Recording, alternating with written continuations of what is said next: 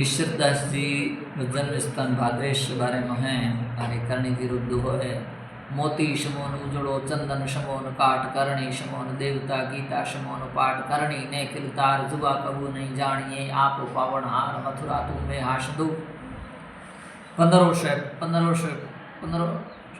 1515 तारे जन्मियो ईश्वरदास चारण वर्ण चकार में अणदन भयो दास कापड़ियो हिंगड़ा जरो हेमाड़े गलियो बारठ शुरारे घर ईश्वर अवतरियो। और भाद्रेश धरा में कविराज खेतदान जी कर्णीदान जीरा नाथदान जीरा पोता जो कविराज देव सर्पवास सिधार गया असामिक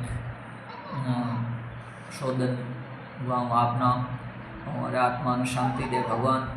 और मर्शियारे रूप में दोहा ने बनाया।